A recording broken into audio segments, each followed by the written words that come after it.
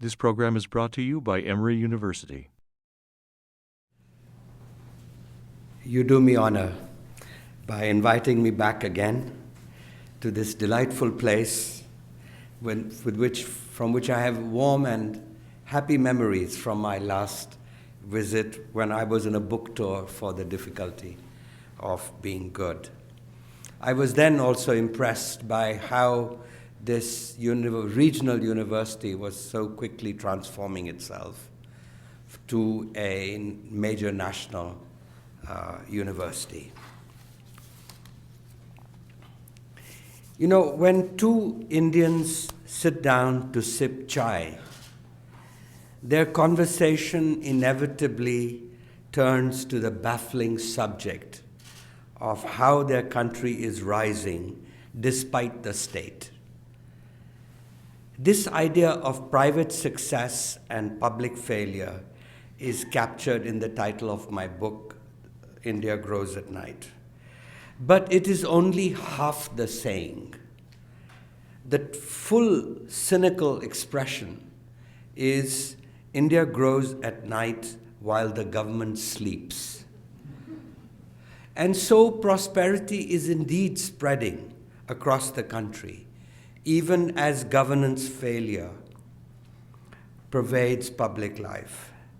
And the question is, how could a nation become the world's second fastest growing economy despite a weak and ineffective state? And shouldn't India also grow during the day? The recent economic slowdown that India is experiencing after the financial crisis, this may be a sign of the limits of growing at night. And the task that India now faces is to reform its institutions, and hence the subtitle of my book, A Liberal Case for a Strong State. Let me illustrate to you with a story of two towns close to where I live, on the outskirts of Delhi. One is called Gurgaon and the other one is called Faridabad. In the 1970s and 80s, Faridabad was the big success story. It had a municipal government, fertile agriculture, direct railway line to Delhi, a host of industries by world-famous companies.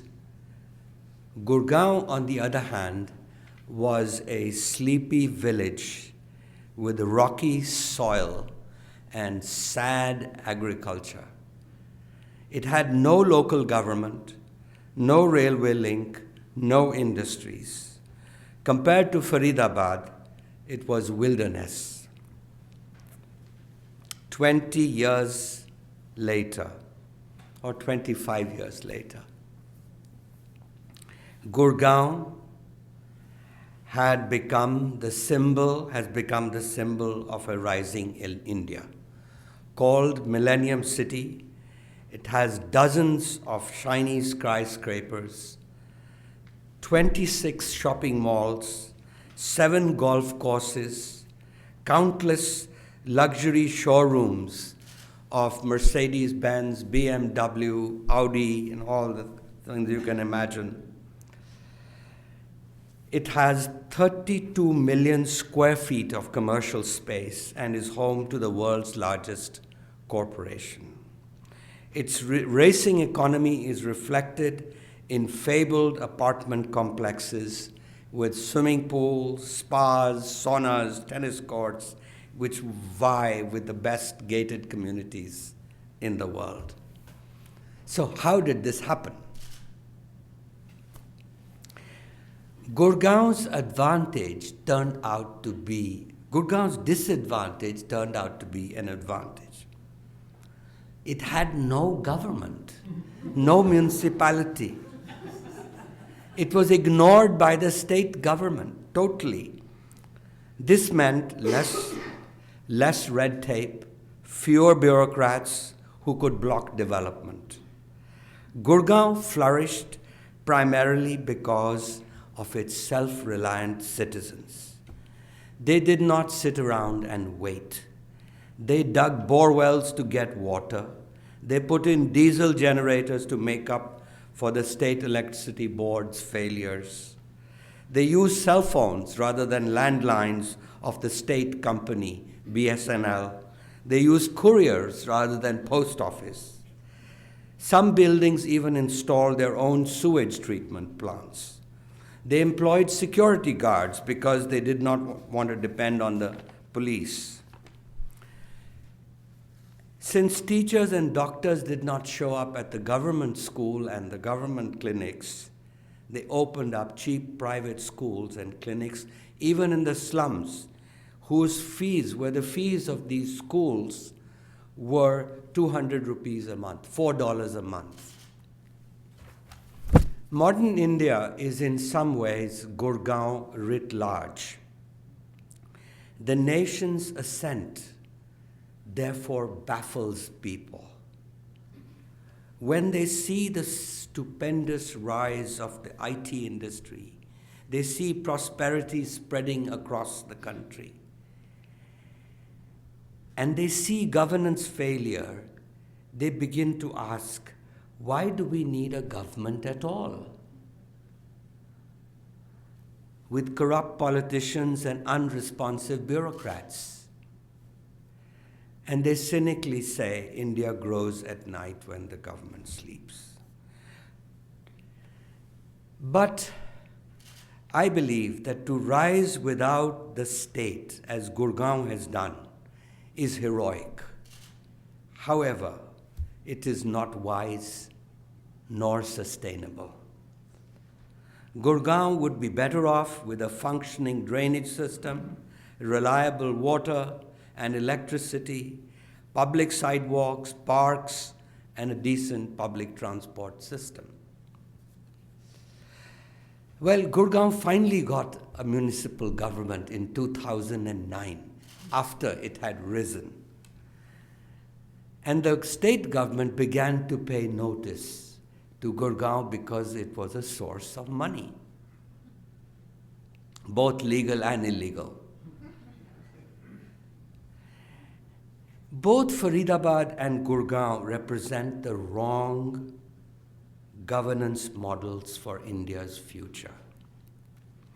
If red tape and corruption are the downside of Faridabad's model, then the problem with Gurgaon's laissez-faire model, almost a dream of your Republican Party, is the fact that Gurgaon's lack of basic services.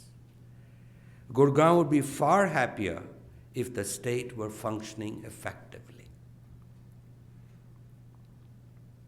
It should not take 8 years in India to build a road when it should be taking 3. It should not take 10 years to get your court justice through the courts when it should be taking 2. So India is in a situation where we have a paralysis in executive decision-making. That may sound familiar to you as well from another democracy. We have a parliamentary gridlock. And when our two parties won't even talk to each other, again a familiar thought for you. And the courts in India routinely dictate to the executive on what it should do because the executive cannot do it on its own. So while economic growth is necessary for lifting the poor, it is not sufficient. We also need honest policemen, diligent officials, functioning schools and primary health centers. We need an effective state. So the growing at night strategy, I believe, is really no longer. We've had it for 20 years, but really no longer a viable strategy. And therefore, the task is to reform our public institutions. The state now must come out of the shadows and become a strong liberal state. Now, what is a strong liberal state? I believe such a state is the one that was originally envisaged by the classical liberal thinkers of the 18th century, 17th century, beginning with John Locke and others. And they inspired your founding fathers, and Tom Paine and James Madison of the Federalist Papers. And such a state has three pillars. One, it is capable of quick, decisive action. Two, that action is bounded by the rule of law. And three, that action is accountable to the people.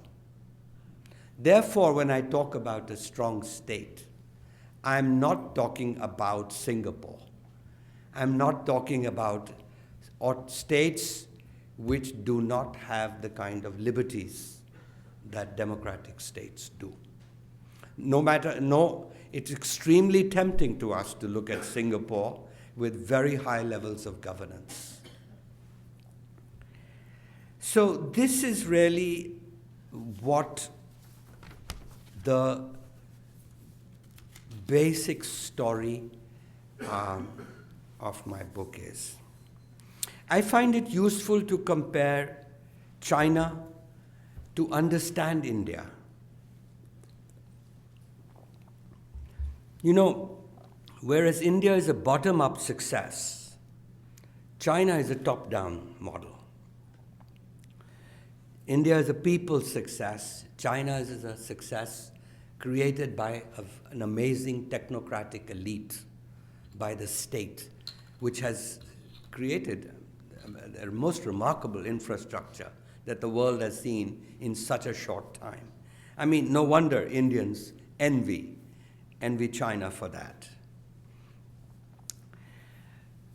But at the same time, being a people's success in India, the bottom-up success, it's a success which is created by entrepreneurs. On every street corner in India, you will have an entrepreneur. It's a country bursting. Earlier, you knew us by our spiritual entrepreneurs, the big one being the Buddha. But now it's the economic entrepreneurs. And I have a Chinese business friend who invests in India. And he invests in India, and he comes and visits me to see if I could give him some stock tips. His is an interesting story. And his story, basically, he tells me that China would die to have the kind of companies that India is developing. And according to him, he knows both China and India, he says that about 25 companies in India today are globally competitive. And in about 10 years, or 5 to 10 years, some of these companies will become brand names that you will recognize, like you recognize Samsung and Sony and so on today. His is an interesting story because he made a lot of money very quickly in China, in a small province far away from Beijing. So he made it so quickly that the party did not realize he had made so much money. And before they realized it, he very quickly spirited that money out of the country, about $500 million in cash. But they were very angry when they discovered this, and they started hunting for him. These are the party bosses of the province in which he had made the money. So he had gone to Hong Kong and thought he would invest in the Chinese stock market, but very quickly discovered that the Chinese stock market was totally opaque and totally unreliable, and therefore he could not be sure that it would behave according to market dynamics. So this is why he turned to investing in India. But those bosses of the province caught up with him in Hong Kong and he managed to escape to Canada, where he got residency. Now, if you have the kind of money that he had, you can get residency anywhere in the world. And next, he found they were coming to Canada, so he got a green card in the United States by the same method. And they caught up with him. They found they were on his heels in the United States, and he went to Singapore. Now, Singapore actually is safer than the United States when it comes to these things. And so he has citizenship in 3 countries. And I don't know, this is what he tells me, but I think he's also saving taxes in this way, because he's not paying taxes to any government, because he moves around so fast. Anyway, he was visiting a factory in which he had made an investment in rural Haryana. And this was really a bit distant from Gurgaon that I was just telling you. And he invited me for dinner, and his back was hurting. And so I asked him, what's the problem? And he said, your roads. That's the problem. And he said, how did you become the 2nd fastest growing economy in the world with these roads? And so I told him about India Grows at Night, that story. And he thought about it, and he said, you mean India has risen with one hand tied behind its back? And I nodded, and he said, the nightmare of the Chinese leadership has to be, what if that second hand got untied? In other words, what if India started growing during the day? The mistake that people make in comparing India and China is to ask which country will get rich first. Well, both countries will turn middle class, and it will happen sooner than later. The real question in this race is which country will fix its government first. India has liberty but poor governance. China has no liberty but very high governance. Now you need both. And so the race is, India will win the race if it fixes its governance before China fixes its politics, and vice versa. The mistake that people make is also to believe that India's weak state today is a recent phenomena as a result of coalition politics, parliamentary gridlock, the kind of problem you have, or a very weak prime minister.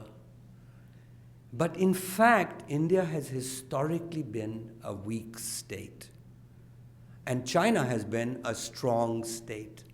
But India has been a weak, strong society, whereas China has been a weak society.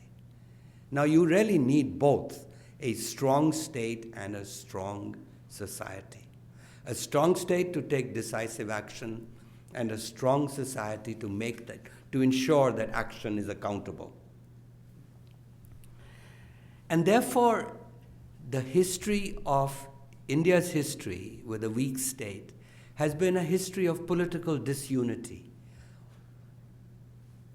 of kingdoms fighting with each other, whereas China's history is a history of empires.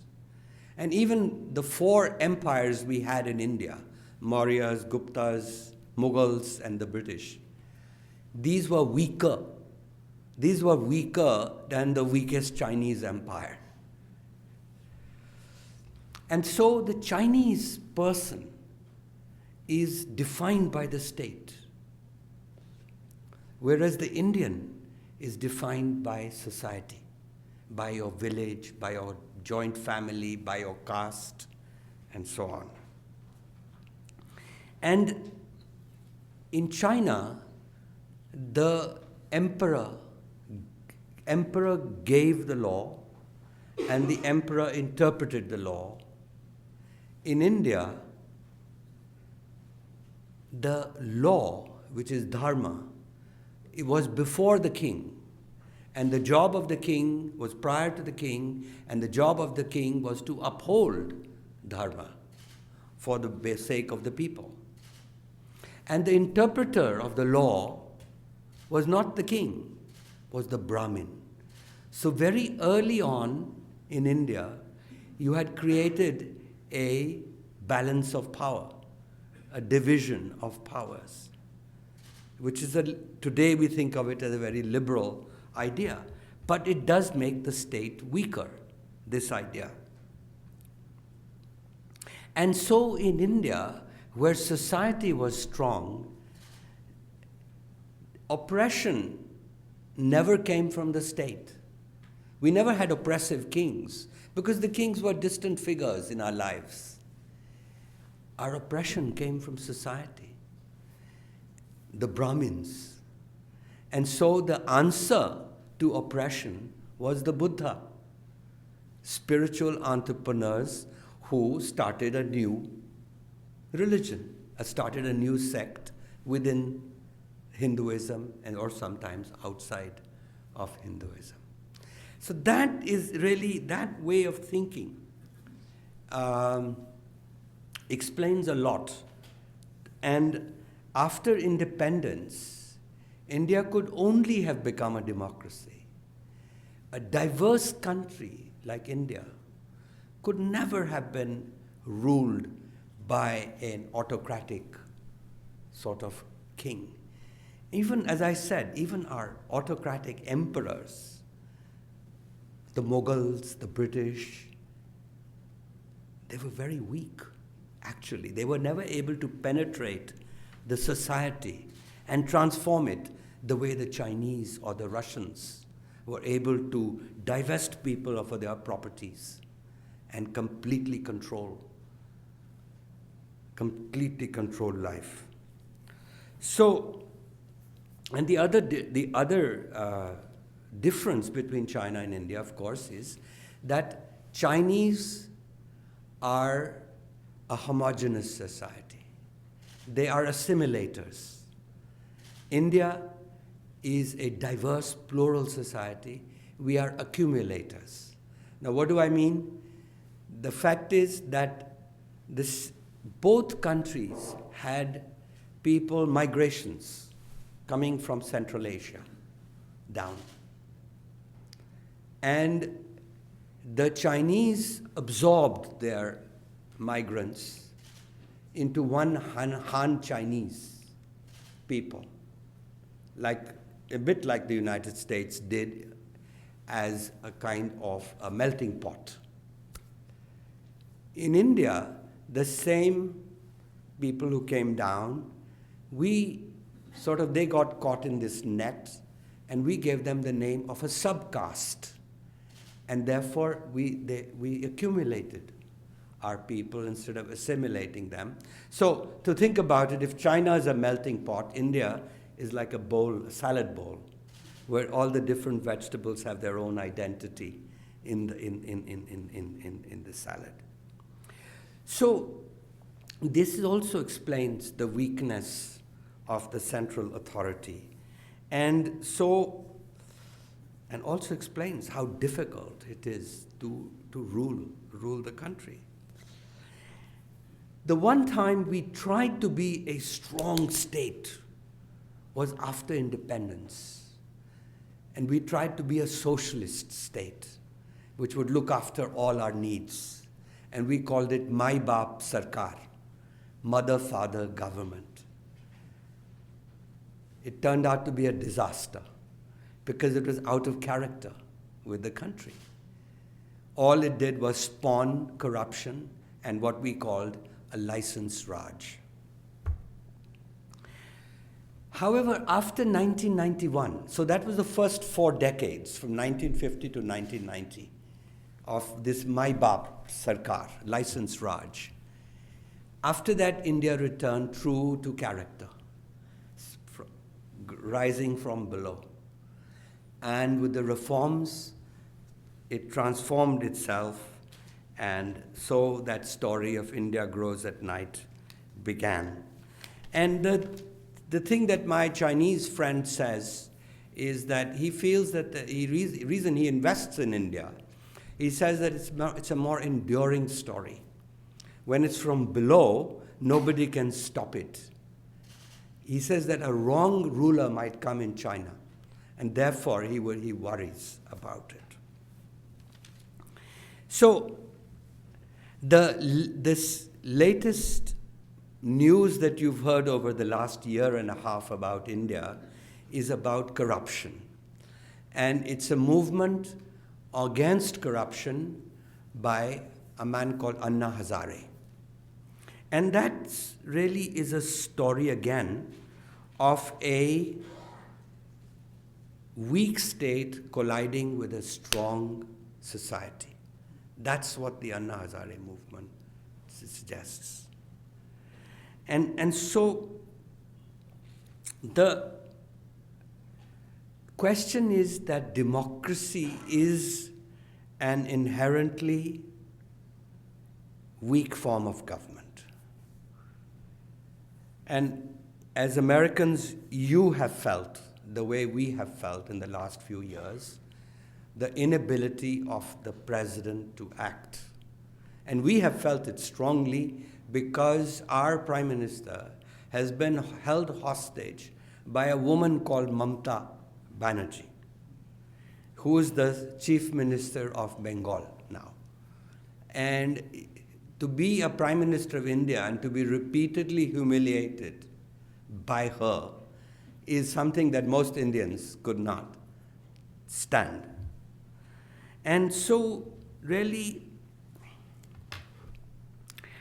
the question is how do we achieve this?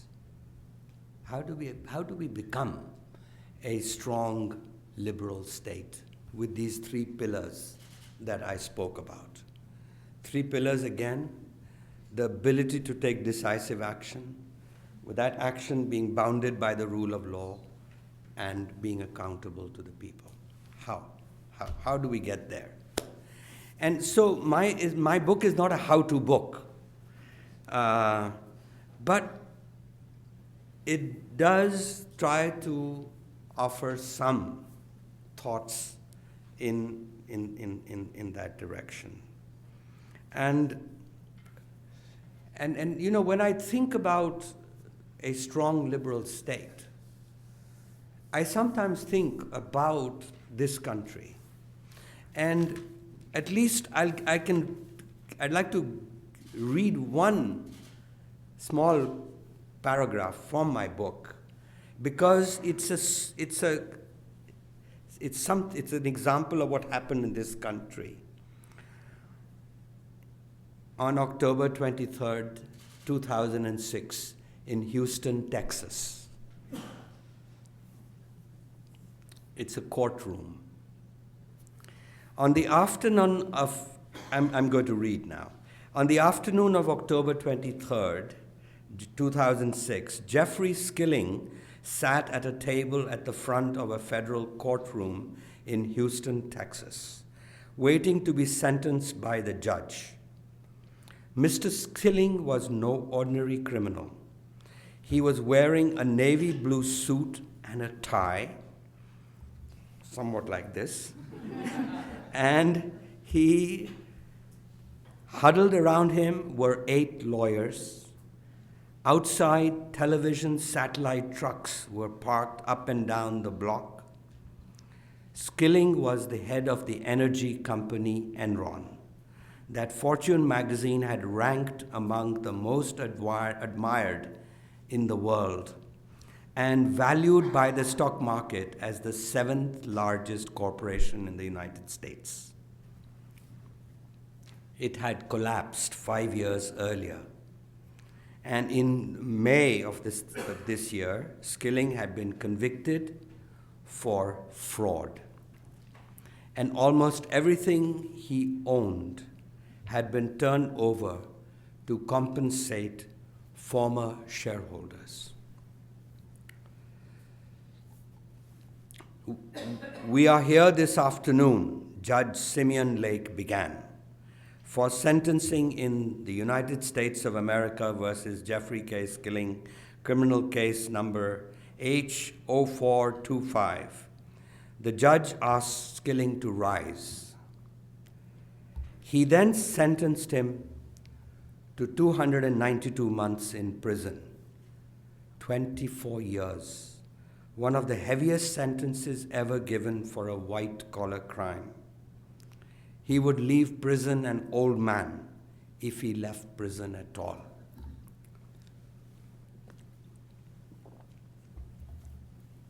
The judge looked at the defendant, and Skilling's lawyer, Daniel Petrocelli, rose, and he said, "I have only one request, Your Honor. If he received 10 fewer months, which shouldn't make a difference in terms of his goals of sentencing, and if you do the math and you subtract 15% for good time, he then qualifies under the Bureau of Prison Policies to serve his time at a lower facility." Just a 10-month reduction in sentence. It was a plea for leniency. Skilling, after all, wasn't a murderer or a rapist. He was a pillar of the Houston community. And a small adjustment in his sentence would keep him from spending the rest of his life among hardened criminals. Judge Lake thought for a while, and then he said no. Now, Indians are familiar with Enron, and it's not a happy memory for them either. And really, the words crony capitalism were invented in India at the time. And the lesson for Indians from this story that I tell in my book is that even mighty persons like Jeffrey Skilling in high places do go to jail in strong liberal societies. Now, this is routine behavior in a strong liberal state. But in India, we investigate, charges are filed, we even establish guilt, but then years go by and nothing happens, and people lose interest.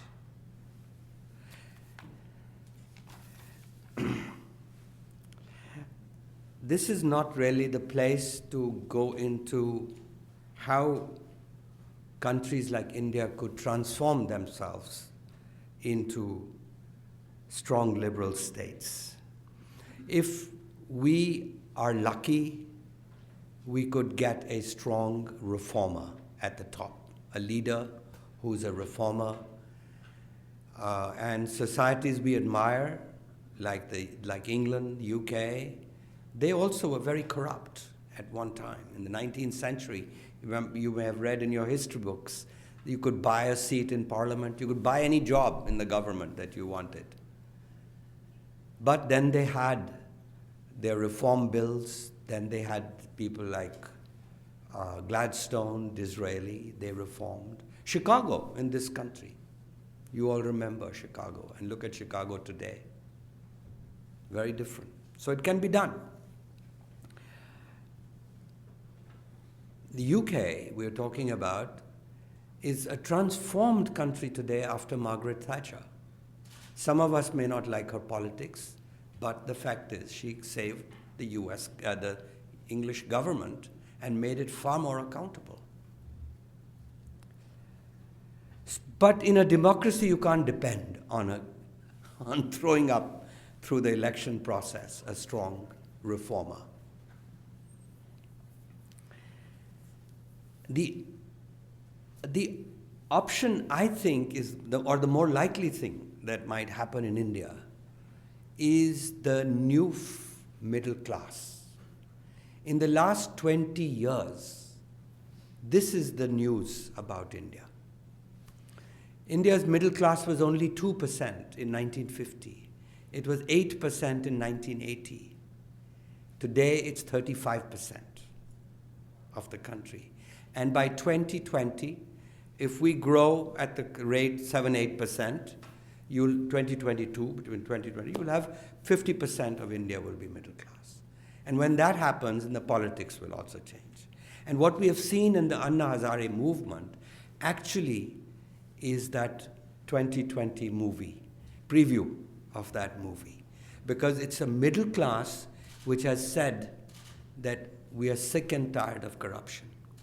And politics after Anna Hazare may fail, and the movement is likely going to fail. But its legacy is that it has awakened the middle class.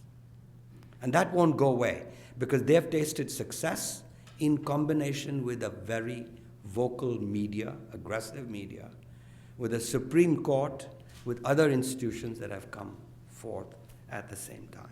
So I personally think that's where the pressure is going to come from. You know, this book that I have written was actually born in Egypt. I had been invited by the democracy movement in Egypt in March of 2011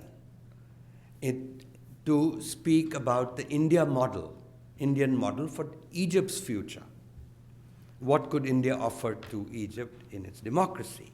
It turned out that I actually learned more about India as a result of that visit. But it was interesting. The Egyptians asked me 3 questions that day at this conference. And we were around the corner from Tahrir Square. Their first question was, how did you get the generals out of power? Or how did you keep the generals out of power? Now, in India, we had never thought about this question. It was a given that we would never have an army running the country. I mean, India is a story of India grows at night. So how do you get generals? Second question they asked was another very good question, which we don't think about every day. But they said in Cairo, 11% of Egypt is Christian, Coptic Christian. 13% of India is Muslim. But we know that the Muslims or the Christians of Egypt now feel very insecure and they're running away. But the Muslims in India feel secure. So how did you achieve that? Now, they also knew about what had happened in Gujarat in 2002 or with the Sikhs in 1984. But they saw these as small aberrations in a narrative, in a bigger narrative of the world.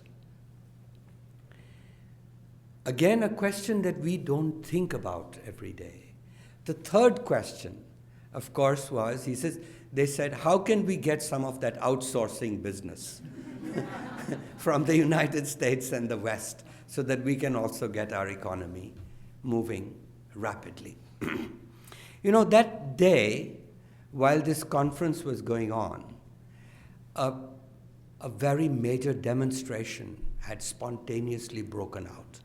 And at lunchtime, we turned on our television, and Al Jazeera and CNN were reporting that people were coming into Tahrir Square, and there were like 30,000 people baying for the blood of Mubarak, who was still at that time at Sharm el-Sheikh. And so after our conference got over, some of us said, let's go sightseeing and see what this demonstration is all about. And so when we arrived there, we saw this very impressive crowd. But I had not counted on the fact that the organizer of our conference was connected to these people who were giving speeches. So before I realized it, I was on the podium at Tahrir Square. And the man said, 3 minutes, tell us, here's the interpreter, in 3 minutes, tell us what India has to teach Egypt. Now, in that fog of that moment, I said that, look, democracy means many things. It means liberty, it means equality, it means having elections, a free press. But the most important thing and the most difficult thing to achieve in a democracy is the rule of law. And today you would not be baying for the blood of Mubarak if you had the rule of law, because in a rule of law, nobody is above the rule of law. And I said the reason we have corruption in India is because some people think they are above the rule of law. And so I frankly had not thought about all this in this way. That's why I said the book was born in some ways. Because in India, we had been obsessed with accountability, as you have been obsessed with accountability. And we forget that governments were also created to act. But acting in a democracy requires acting within the rule of law. And that's not easy. That's not easy.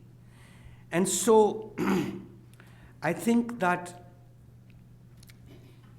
as I come to sort of the end of my talk, I want to say that the Egyptian adventure made me realize that India had come a long way, that the things that were concerning the Egyptians were no longer concerning us. We were not concerned about generals in politics. We were not concerned about accountability. Most people in the world are concerned who are trying to be democracies. We have almost too much accountability. Everyone can stop a road being built by taking you to court. So our problem, and this is a problem that we forget, that the government was created to have decisive action. And so it's at a stage, and also I believe that, and this is what I was telling Paul, that every country has a code word. You have to break that code to unlock the secrets of the country. Now, the code word for United States is liberty. All the good and bad things that happen in the name of liberty. The code word for France is égalité, And again, the French do crazy things in the name of égalité. I mean, the latest thing the French have done, as some of you may know, is that they have instituted a 75% tax rate for people who earn over €1 million. Now, there are only 30,000 such declared people in France. So they're not going to collect any tax from this move. But it is so popular. So the symbolic nature, now this could not happen, I don't think, in the United States, because your obsessions are different. Now the code word for India is Dharma. The code word for India is Dharma. And today, people are angry about corruption because they say that Dharma has been wounded. And if you read some of the language newspapers, my column appears in 5-6 language newspapers on Sundays. And I sometimes look at them, at least the languages I can read, because they translate it in other languages. The constant use of the word dharma in the newspapers. And what does dharma mean? Dharma means actually many things, but essentially it is trying to do the right thing. To do the right thing is dharma. And there's a conception of public dharma. The king is supposed to uphold, the king's dharma is called Raja Dharma, and he's supposed to uphold that dharma for the sake of the people. And in fact, the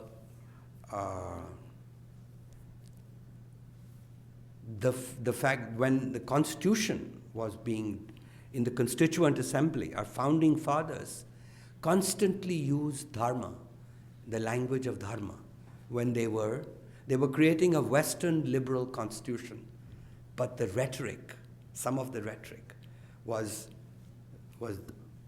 dharma, and they were so committed to dharma that they put the wheel of dharma in the middle of the flag of the country to remind people every day that why was this country created. And this is why people are so angry today. And so, you know, I mean, the greatest book written on democracy was a book called Democracy in America by a man called Alexis de Tocqueville. And you know it, I'm sure, very well here.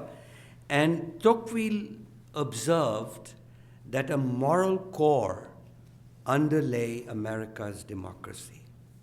Its success of America's democracy, he felt, lay in this moral consensus, which was expressed in what he called the habits of the heart. Now, these habits reflected a deep commitment to the individual's conscience, to human liberty, to an instinctive sense of equality before the law. But these habits, he felt, were absent in his own country, France, at that time. And he felt that until the French acquired these habits of the heart, that France would not become a successful democracy.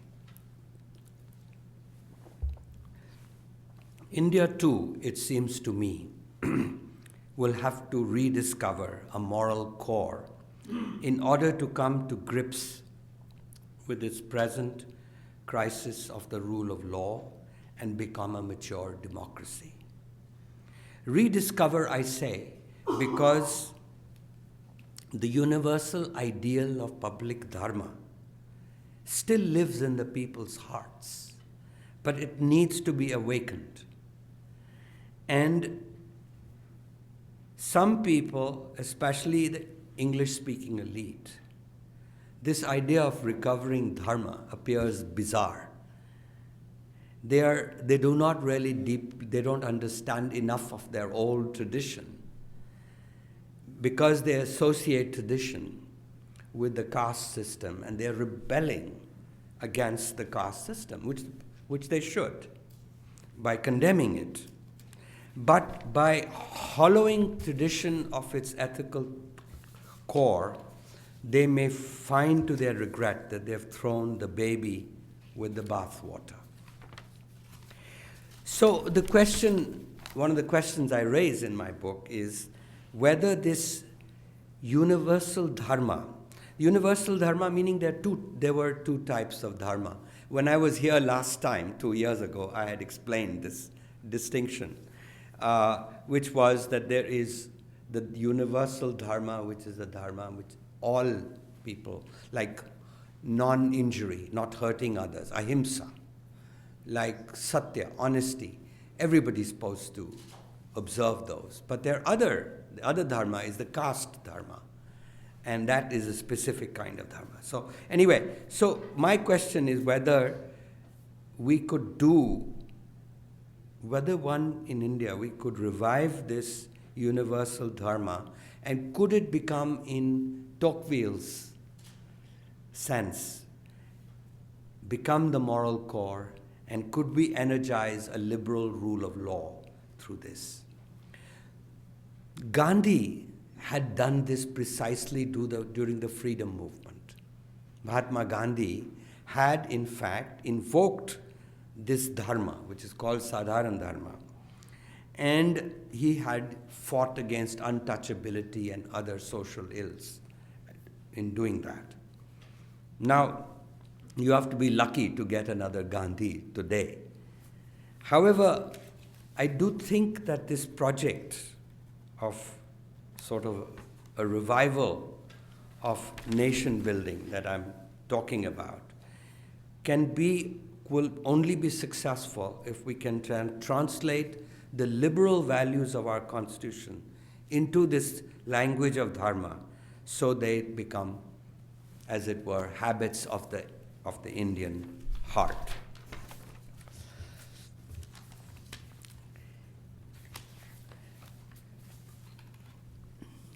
You know, some of you may be familiar with my earlier book, India Unbound. And in that, I recounted how I had grown up in the idealistic days of after independence, when we all passionately believed in Jawaharlal Nehru's dream of a modern and just India. We were all socialists then. But as the years went by, we found that Nehru's command economy had taken us to a dead end. Instead of socialism, we had ended with statism. And as I said earlier, we called it license Raj. For me, those 4 decades of missed opportunities is the story of many personal humiliations that I suffered at the hands of the bureaucrats when I was running my company in India. So after the pain of the license Raj, I had became what you would call a libertarian. I noticed there's one candidate in this election, in your election, who's a libertarian. So I became a libertarian. And I was passionately committed to individual freedom and deeply suspicious of state power. For me, the reforms were the defining moment of my life when basically India became economically free. I said that we had achieved only our political independence in 1947, but not our economic independence. And after that, of course, India's rise has been enabled by 2 institutions of liberty, democracy and free markets.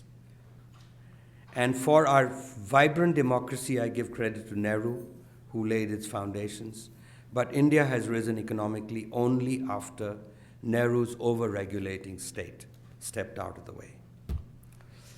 So as a libertarian, I began to believe that the state was a second-order phenomena, at best a protector of what the people chose to do in private life or in civil society, and at worst capable of destroying those freedoms. I became a believer in laissez-faire and limited government, and I celebrated the heroic idea of India rising despite the state. But now, 2 decades later, I have realized that I was wrong. I am now convinced that the state is a first-order phenomena. It can either allow human beings to flourish, or it can become the biggest obstacle to realizing the potential. A laissez-faire state, like a completely free market, has never existed, and so the real issue is the extent and quality of government regulation.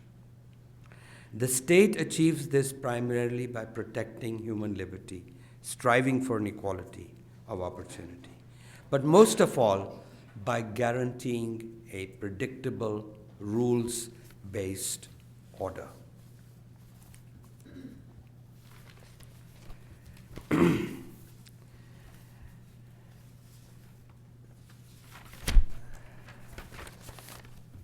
So in closing, I want to say that the economic rise of India has been the defining event of my life. It is not only good news for the 1.2 billion people of India, but it is also an instrument for the good in the world. At a time when Western economies and their way of doing business is under a cloud, a large nation is rising in the East based on political and economic liberty, proving once again that open societies, free trade, and multiplying connections to the global economy are the pathways to lasting prosperity and national success. Thank you.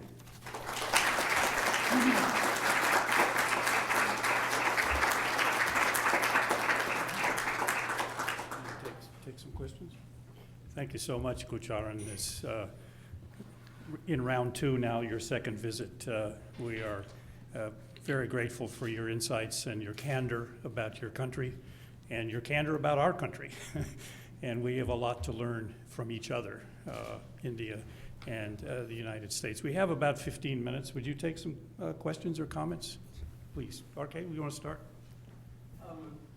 Gurcharan, I'm very impressed of your insight, not only... We need you to speak into the mic because we're videotaping everything. I have to be careful then. I'm very impressed with your insight about India and especially in this country. I have a question. In my business association some time ago, I was very fortunate. I hired full cabinet members of Reagan, Bush, and governors, and you can say ambassadors and mayors. And about 15 years ago, they used to give me advice, and I didn't believe that advice. And you used that word at least 9 times in your talk. That word is liberal. And they used to tell me, RK, the time is coming in this country of United States where I have been living for the last 50 years. God's grace have been successful with a large company. And they said, this word, liberal, will be toxic. You start using other words. Don't use the word liberal. And today, in this country, when you use the word liberal, it means you are full of, you know what I mean. So, have you seen that transformation? Have you observed that? I can give you story after story, including I can show you that I didn't realize that Mitt Romney came to see me in 1990 to work with my company, trying to show me how he can increase my bottom line. I had signed a line of, a confidentiality agreement. And I found out 3 months ago in the Atlanta papers, they said that he came to see me. So I can tell you, even in that meeting, the word liberal was absolutely toxic. Well, there are two uses of the word liberal. And you have a reason for this confusion. The way you use liberal in the United States now is what we in India call left liberal, or the Europeans also use those words. But you have actually the word liberal here. The way I use liberal is the classic liberal, the people who 18th century, where the thinking about the state, when the United States was first created, and the values that were discussed at that time in the Constitution were those liberal values. The word liberal comes from liberty, essentially, liberty. So, what you have today, the use of the word liberal, actually is the opposite to what was conceived. So you have a reason to be confused. And I think the problem is this: in Europe, they don't have quite the same issue, because the meaning of liberal has not changed in the same way. So that's, I think, part of the problem. Yes, sir.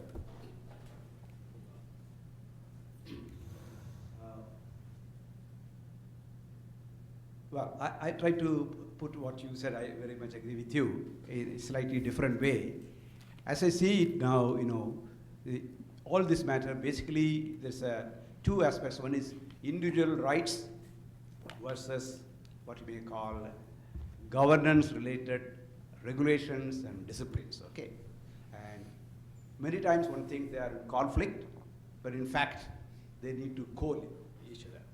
Now, sometimes one finds in a very strange situation, like for example, people complaining in the advanced countries that the individual rights are being trampled in, okay, in developing countries, maybe India and other places.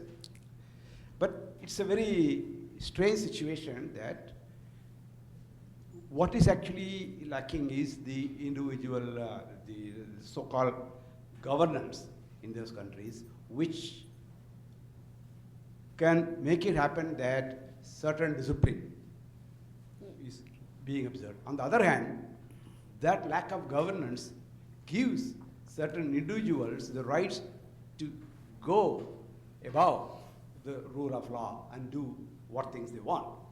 So it is basically the balance between the individual rights and how they exercise it and the governance or the discipline or enforcement which you have. Now, in fact, if you consider it from the Western countries to, say, countries like India, even though it's said that actually it's much less government. For example, you have fewer government employees, you have fewer people who actually deal with the public, fewer judges, fewer police, fewer people to serve.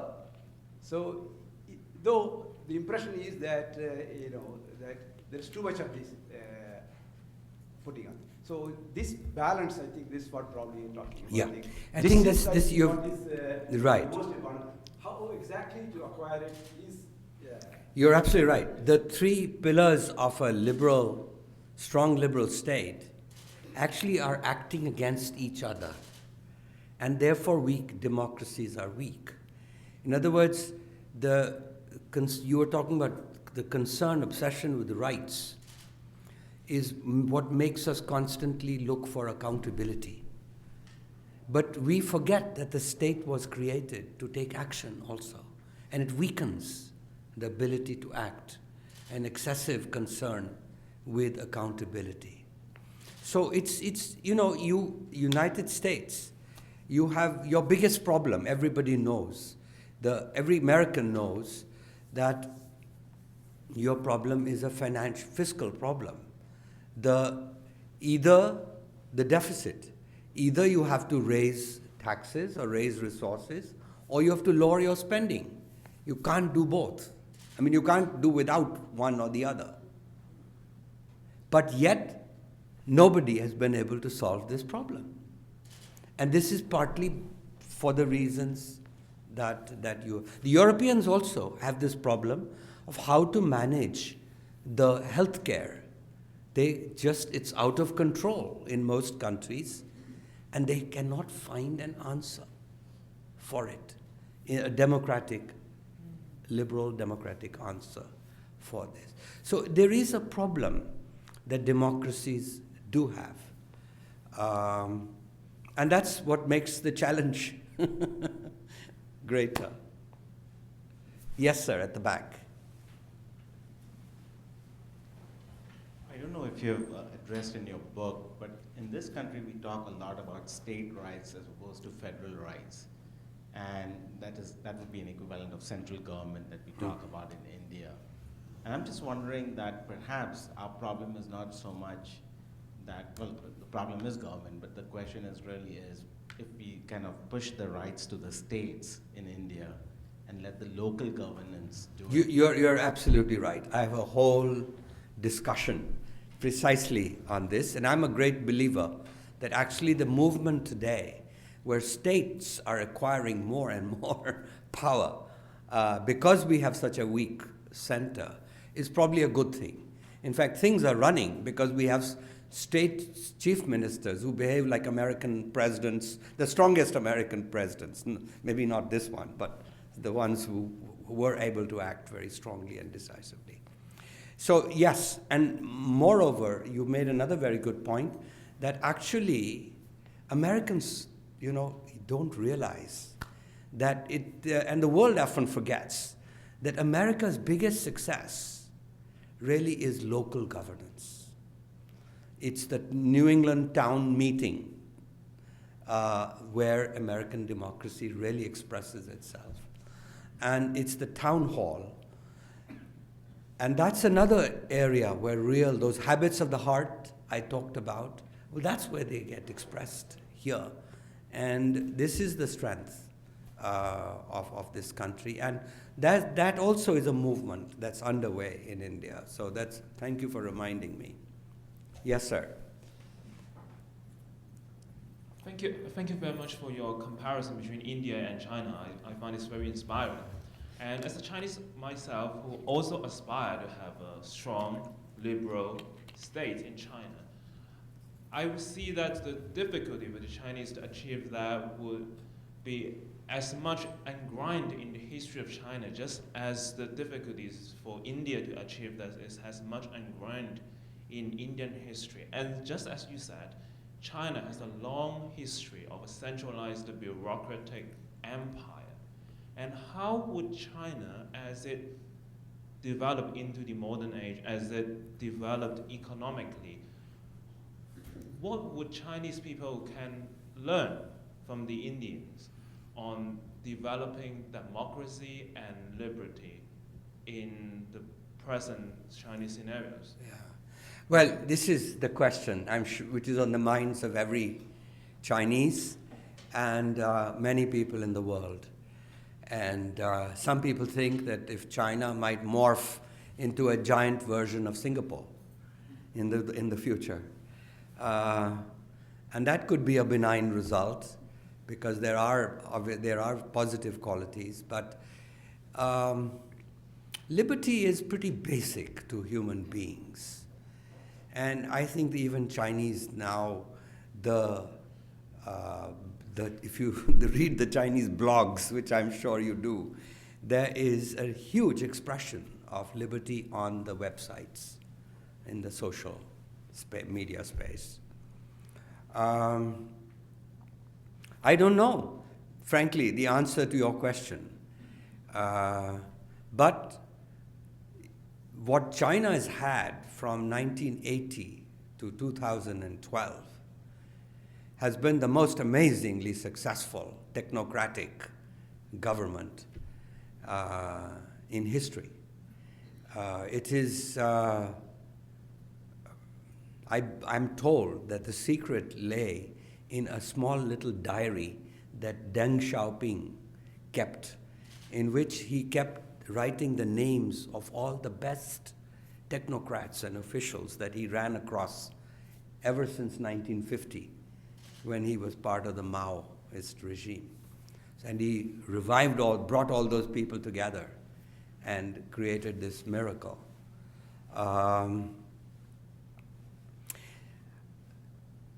You have asked the most difficult question that I have had to face, and I don't know the answer to that question. The young lady over there. Well, as you have mentioned that you've compared India and China side by side, my question is, do you feel that with the years China had the one-year birth policy, do you feel that that will make them ahead to be a disadvantage or an advantage to China? Well, it has managed to control the population, the one-child policy. But it's a heavy price that the country has paid, very heavy price. In a democracy, we tried a variant of that, and the government was booted out during Indira Gandhi's that notorious period that we would like to forget in Indian history. The world used to speak about the population problem, but now we talk about the demographic dividend, meaning that actually a young country is good because if it's growing, if India can keep growing at 7-8%, that's why they predict that India's growth rate will overcome China's, because there are a lot of young people who will, and China has already, because of the one-child policy, begun to age. And that's why they say it will age before it gets rich. It will get old before it gets rich. So the reality is that, yes, the one-child policy has controlled the population. India's population is growing faster, but it is also slowing down. The growth rate, which was 2.2% until 1980, and 2.2% even up till 1990, is now down to 1.4%, 1.4 actually, 1.4%. Now, it's growing to go, its population is beginning to slow down naturally as people are rising into the middle class, they have less children, and so on. That's the natural way to do it. But there is a price. I think if we had had a one-child policy, we would have probably had a few 100 million less people. And that would have been probably a beneficial thing. But we don't. So democracies just cannot do those things that autocracies can. Again, a difficult question. Yes, sir, at the back. You've made a very impressive case for the economic reforms. There is some discussion, in fact, a lot of discussion about further economic reforms being needed in India. Could you indicate the ones that you think really need to be worked out, and then give us your political assessment of the possibility of that happening? Well, that's a very, very good question, and this is a whole chapter in my book is dedicated to this. The fact is, economic reform is not only good for economic growth, but it's also good for governance. And the areas where we have corruption today are precisely the unreformed sectors of the economy. These are things like mining. Now we have a state-owned coal company, which should have been privatized, and that's a reform you needed. The coal should be, when they sell a mine or a coal block as they call it, they should auction it in a transparent manner. That's the kind of reform we mean. You need, for real estate, the land laws are opaque still, and therefore the real estate market is a source of corruption. And the politicians, of course, you talk about the political prospect of it happening, that's the last thing they'll give up, the politicians, because this is a source of election, money raising for elections. It's this education. Education needs tremendous amount of reform because the state believes that it should only educate the people. And these private schools, although they send their children to private schools, all state employees, all politicians, but for the people of India, they believe they should go to state schools and not private schools. So therefore, opening a private school requires 17 licenses, and each license requires a bribe. So you need reform of education. I could go on and on, but you get my point, the kind of reforms that we do need. I think you've been wanting to ask a question. A very quick question. I'm just curious if you've had any reaction about your book from the politicians, their take on it. Well, it's going to be launched only on September 19th when I get back to India. And so we'll find out. There is a cover story appearing in our one of the large national magazines on the book, an excerpt from the book, some of the things I talked about. So they will get to know that on the 15th of September when that issue comes. The preceding program is copyrighted by Emory University.